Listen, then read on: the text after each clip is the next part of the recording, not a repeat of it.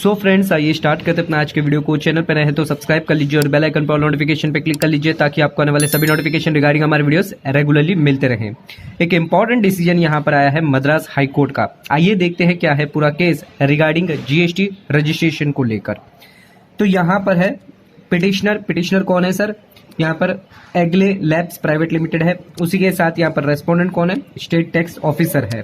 तो यहाँ पर जो पिटीशन डाली गई है आर्टिकल 226 के अंदर कॉन्स्टिट्यूशन ऑफ इंडिया।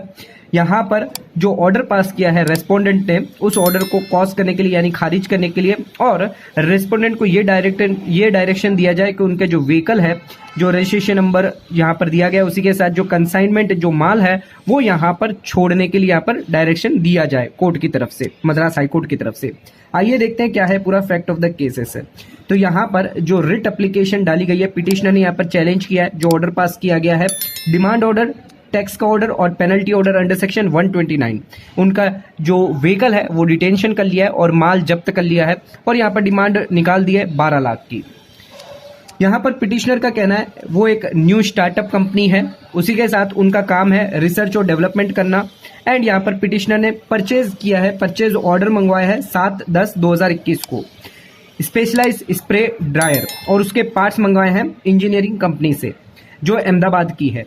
एंड यहाँ पर उनको कंसाइन किया same along with the invoice के साथ। यहाँ पर 28/2/2022 का इनवॉइस है, इनवॉइस नंबर 197 करके इनवॉइस है, वो यहाँ पर भेज दिया गया है।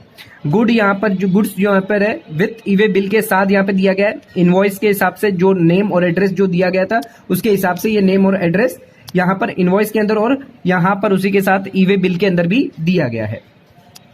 अब व्हीकल यहाँ पर आ रहा था स्प्रे ड्रायर के साथ, जो यहाँ पर रेस्पोंडेंट यानी डिपार्टमेंट ने ऑफिस स्टेट टैक्स ऑफिसर ने यहाँ पर सीज कर लिया। बिकॉज यहाँ पर जो एड्रेस दिया गया था वो एड्रेस यहाँ पर मेंशन नहीं था जीएसटी रजिस्ट्रेशन के अंदर। जीएसटी रजिस्ट्रेशन के अंदर यहाँ पर उस समय वो एड्रेस मेंशन नहीं था।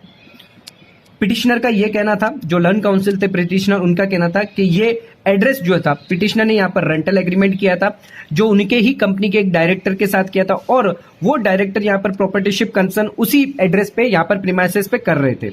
यानी ये जो कंपनी है उनके जो एड्रेस था, जो यहाँ पर इस कंपनी ने यानी पिटिशनर ने जो दिया था, वो एड्रेस उनके ही डायरेक्टर जो एक रेंटल एग्रीमेंट से जुड़े हुए हैं और उनकी भी एक प्रॉपर्टीशिप कंपनी सेम ट्रेड में सेम यहाँ पर बिजनेस यहाँ पर चल रहा था, तो उनके एड्रेस पे यहाँ पर मंगवाया था। उसी के साथ यहाँ पर जो है प्रीमाइसेस यहाँ पर रेंट पे ली है पिटिशनर ने, और बाद में आफ्टरवर्ड्स यहाँ पर जो उन्होंने पिटिशनर ने भी जीएसटी नंबर अपना अमेंडमेंट कर दिया, जीएसटी रजिस्ट्रेशन में भी ये एड्रेस जो है अमेंडमेंट कर दिया है। उसके साथ जो एड्रेस जो है वो यहाँ पर जीएसटी रजिस्ट्रेशन में अब दिखाई दे रहा है, बट जिस टाइम पकड़ा था, डिटेंशन किया था, उस समय नहीं था। उसके बाद पोस्ट यहाँ पर जो है जीएसटी में अमेंडमेंट करके रजिस्ट्रेशन में अब जो है ये एड्रेस डाल दिया गया है।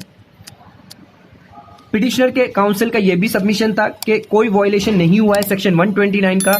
यहाँ पर transportation by the supplier Gujarat यहाँ पर ईवे बिल या टैक्स इनवॉइस के साथ किया गया है, यहाँ पे टैक्स की चोरी नहीं की गई है। उसी के साथ जो ऑर्डर जो पास किया गया था वो सस्टेनेबल यानी वैलिड नहीं है, ये पिटिशनर का कहना था। जो सर्कुलर दिया गया उसके हिसाब से यहाँ पर कमिश्नर ने भी ऐसा सर्कुलर दिया था, उसके हिसाब से सही नहीं है। अब एडिशनल जो प्लीडर है रेस्पोंडेंट के, उनका क्या सबमिशन है? उनका ये कहना था कि जो रजिस्ट्रेशन प्रोफाइल है पिटिशनर की साफ साफ रिवील करती है कि उनके एक डायरेक्टर है, जो कंसर्न है उनकी यहाँ पर दूसरी कंसर्न है, उनका एड्रेस यहाँ पर दिया गया था, जो डिलीवरी भी वहां पर हुई थी और कंसाइनमेंट भी उसी बिजनेस प्लेस पे गया था, सेम ट्रेड वहां पे चल रहा है। तो यहाँ पर अटेम्प्ट किया जा रहा है टैक्स चोरी का। एंड फर्दर यहाँ पर जो अटेम्प्ट क्लियरली दिखाई दे रहा है कि गुड्स यहाँ पर जो है दूसरी फर्म में यहाँ पर ट्रांसफर किया जा रहा है, एंड ये ऑर्डर खारिज नहीं कर देना चाहिए। फाइनली यहाँ पर जो है कोर्ट ने क्या डिसीजन दिया है? कोर्ट ने ये देखा है कि दोनों ने, पिटिशनर और रेस्पोंडेंट दोनों ने एडमिट किया है एज ऑन डेट, आज की डेट में ये एड्रेस जो है पिटिशनर के रजिस्ट्रेशन में इंक्लूड है। भले ही ये पोस्ट इंक्लूजन किया क्यों ना हो, टैक्स इनवॉइस के अंदर जब रेस किया था तब यहाँ पे टैक्स इनवॉइस में भी था, ईवे बिल के अंदर था, और आज की डेट में रजिस्ट्रेशन के अंदर इन्होंने इंक्लूड कर दिया है। तो यहाँ पर फैक्ट को देते हुए हम यहाँ पर जो ऑर्डर पास किया रेस्पोंडेंट ने वो खारिज करते हैं। यहाँ पर कोई भी टैक्स की चोरी नहीं की गई है रेस्पोंडेंट पिटिशनर की तरफ से, एंड ऑर्डर पास करते हैं कि यहाँ पर जो ऑर्डर पास किया था पहले, भले ये जीएसटी रजिस्ट्रेशन आफ्टर अमेंडमेंट है, ऑर्डर आने के बाद यहाँ पर पोस्ट फैक्टो यहाँ पर जीएसटी रजिस्ट्रेशन में अमेंडमेंट किया गया है, बट यहाँ पर रिलीफ हम यहाँ पर देते हैं इस केस के अंदर। Fact of the present case के हिसाब से देखा जाए तो यहां पर जो है ये अलाउड की जाती है पिटिशनर, और डिसमिस कर दी जाती है पिटिशनर विदाउट एनी कॉस्ट, और पिटिशनर को क्लोज की जाती है।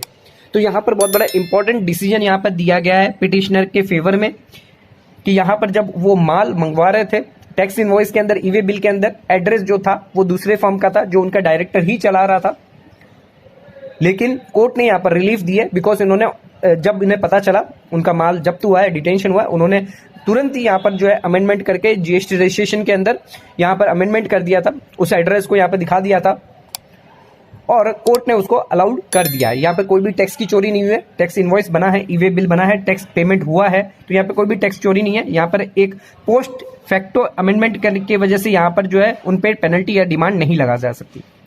तो डिपार्टमेंट को यहाँ पर जो है वापस उनको कंसाइनमेंट देना पड़ा, वापस जो डिटेंशन किया था गुड्स वो भी उनको देना पड़ा। सो आज का वीडियो पसंद आया, चैनल को लाइक और सब्सक्राइब जरूर करेगा, ज़्यादा से ज़्यादा शेयर जरूर करेगा। धन्यवाद।